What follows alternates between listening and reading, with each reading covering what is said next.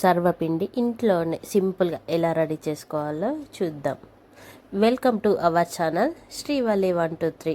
మన ఛానల్ని సబ్స్క్రైబ్ చేసుకోండి. అందరూ ఎలా ఉన్నారు, బాగున్నారా? ఇంట్లోనే సింపుల్గా పర్ఫెక్ట్గా సర్వపిండి ఎలా రెడీ చేసుకోవాలో చూద్దాం. టేస్ట్ చాలా బాగుంటుంది. ముందుగా బియ్యం పిండిని తీసుకోవాలి. నేను 1 కప్పు బియ్యం పిండి తీసేసుకున్నాను. చూడండి, చాలా బాగుంది.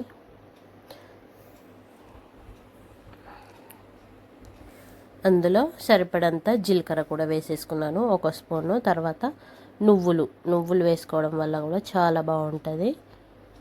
తర్వాత పల్లీలు వేసేసుకోవాలి. ముందుగానే వేయించి పెట్టేసుకున్న పల్లీలు వేసేసుకొని తర్వాత రుచికి సరిపడంత సాల్ట్ ఇంకా కారం వేసేసుకొని ముందుగా వాష్ చేసి పెట్టుకున్న కరివేపాకు కూడా వేసేసుకోవాలి. చిన్న చిన్న ముక్కల్లాగా కట్ చేసుకున్న కొత్తిమీర కూడా వేసేసుకోవాలి. ఇవన్నీ పిండికి మంచిగా పట్టే వరకు ఫస్ట్ వాటర్ ఏం వేయకుండా కలిపేసుకోవాలి. ఇలా కలుపుకోవడం వల్ల ఉప్పు కారం అన్నీ చాలా మంచిగా బాగా పిండికి పట్టేస్తాయి. ఇలా కలుపుకున్న తర్వాత నార్మల్ వాటరే వేసేసి పిండి ముద్ద వచ్చే వరకు వాటర్ కొంచెం కొంచెం వేసుకుంటూ కలిపేసుకోవాలి.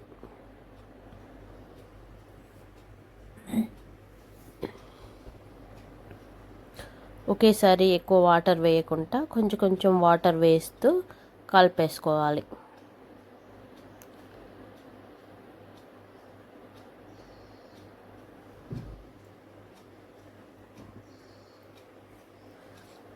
చూడండి, ఇలా స్మూత్గా ఉండే వరకు అలా కలిపి పక్కన పెట్టేసుకోవాలి.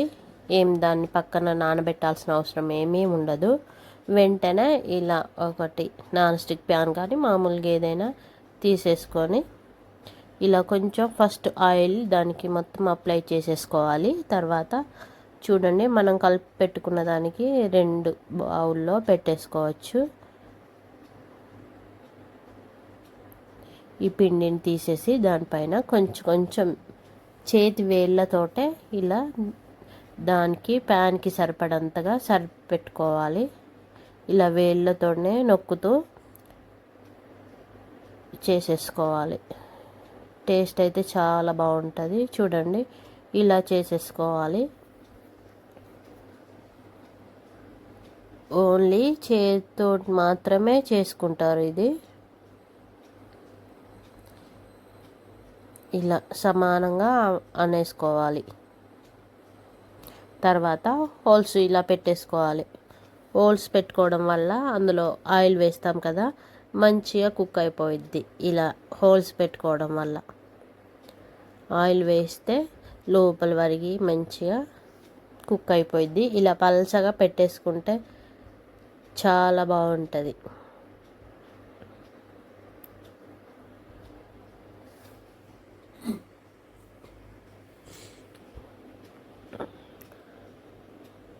వీలైనన్ని హోల్స్ ఇలా పెట్టేసుకోవాలి. చూడండి, చిన్న చిన్నగా ఇలా పెట్టేసుకోవాలి. పెట్టేసిన తర్వాత అందులో కొంచెం ఆయిల్ వేసేసుకోవాలి. మరీ ఎక్కువ ఏమి ఉండదు, కొంచెమే ఆయిల్ పట్టిద్ది. ఇలా వేసేసుకోవాలి. తర్వాత స్టవ్ ఆన్ చేసేసి ఇది పెట్టేసుకోవాలి. ఓన్లీ సిమ్లోనే ఉడికించుకోవాలి. చాలా బాగుంటుంది. హైలో పెట్టేస్తే పైనంతా మాడిపోయిద్ది, లోపలంతా పిండిలాగా ఉండిద్ది. అందుకే సిమ్లోనే పెట్టేసుకుంటే చాలా బాగుంటుంది టేస్ట్ కూడా. తర్వాత ఇంకో ప్యాన్ తీసేసుకొని దానికి కూడా సేమ్ ఇందాకలాగానే ఆయిల్ ఫస్ట్ రాసేసుకొని తర్వాత ఈ పిండి ముద్ద తీసేసుకొని చేతి వేళ్ళతో ఇలా సపరేట్ చేసేసుకోవాలి. మంచిగా ప్యాన్కి సరిపడంతగా అలా అప్లై చేసేసుకోవాలి.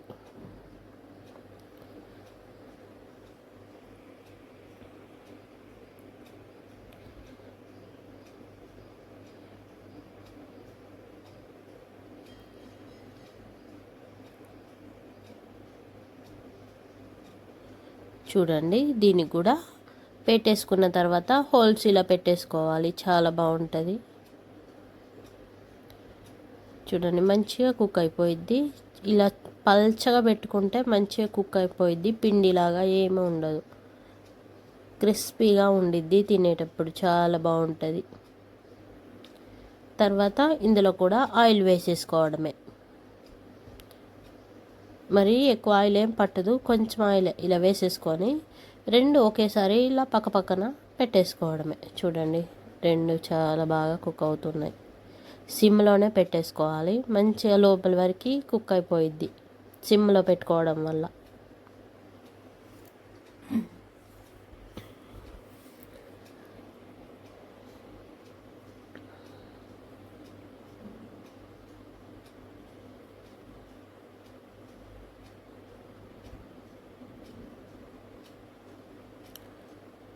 మంచిగా కాలిన తర్వాత ఇలా వెనకాల తిప్పి వేసేసుకోవాలి. చూడండి ఎంత బాగా కనపడుతుందో. నువ్వులు నార్మల్గా అయితే తినడానికి ఇష్టం ఉండదు కదా, ఇందులో ఇలాంటి వాటిలలో కొంచెం ఎక్కువ వేసుకుంటే మంచిగా ఇష్టంగా తినాలనిపించిద్ది. చూడండి ఎంత బాగా కనబడుతుందో, మంచిగా ఫ్రై అయిపోయింది కదా.